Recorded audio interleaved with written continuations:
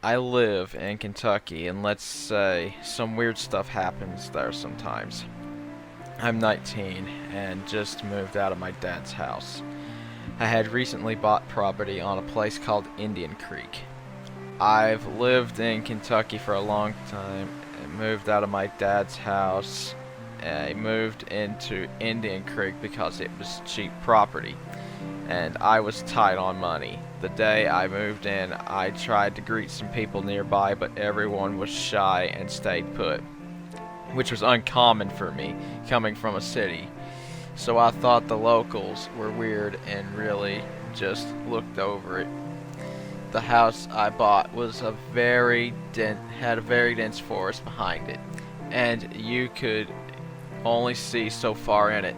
Everything was normal until about a week after living there. It was the weekend, and I had nothing to do. We were almost done with fall, so there was a lot of leaves on the ground.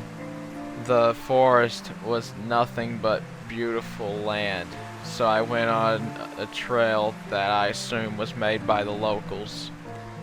It was about 6:30 at the time and was wanting to get more fresh air. The land was very flat and rarely had hills on the trail, so I could see pretty far ahead. That's when I started seeing mason jars on the ground along with a lot of broken jars.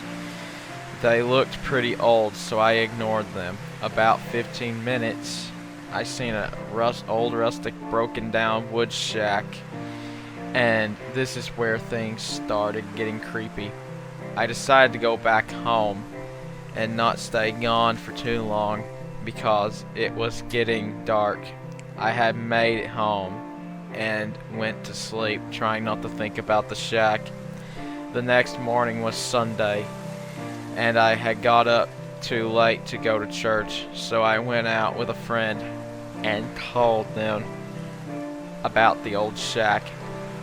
And my friend, who had lived around the McKee area where Indian Creek was, and my friend said not to worry, that there was abandoned shacks and barns everywhere. This had sparked my curiosity, and I went back to the shack once more.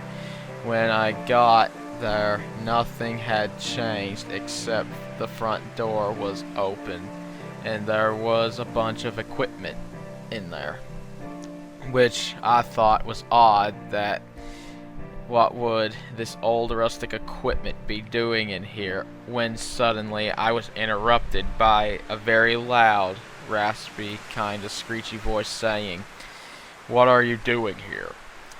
The figure said while wielding a hatchet. I panicked and bolted for the window, but before I could make it, he grabbed my leg and struck it with the hatchet. I yelped in pain while kicking the figure, who was an older middle-aged man who was very brittle and looked very skinny. I had finally kicked loose. The man had got about 6 inches away from my kneecap with the hatchet. I was limping at this point, but was at a very fast pace and had adrenaline rushing through my blood. I definitely remember hearing more than one set of footsteps, but I never looked back.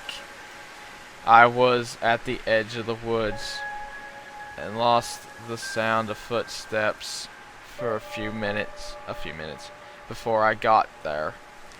I rushed into my house and got my car keys and grabbed some bandages from my bathroom and rushed to the hospital. When I got there, I passed out almost instantly from blood loss. I woke up 6 hours after I got there. The nurse was there to greet me and told me that the cut was 1.5 inches deep. I had to stay home for a few days till I could move without hurting. I went home and had my friend stay with me because I was scared out of my mind when I was able to walk. We went back to see if it was still there. To our surprise, the shack was burnt down and the equipment was gone. I sold the house and moved back in the house with my dad and paid rent there. Even now I remember it clear as day. There are people going missing there, so I'm glad I moved while I could.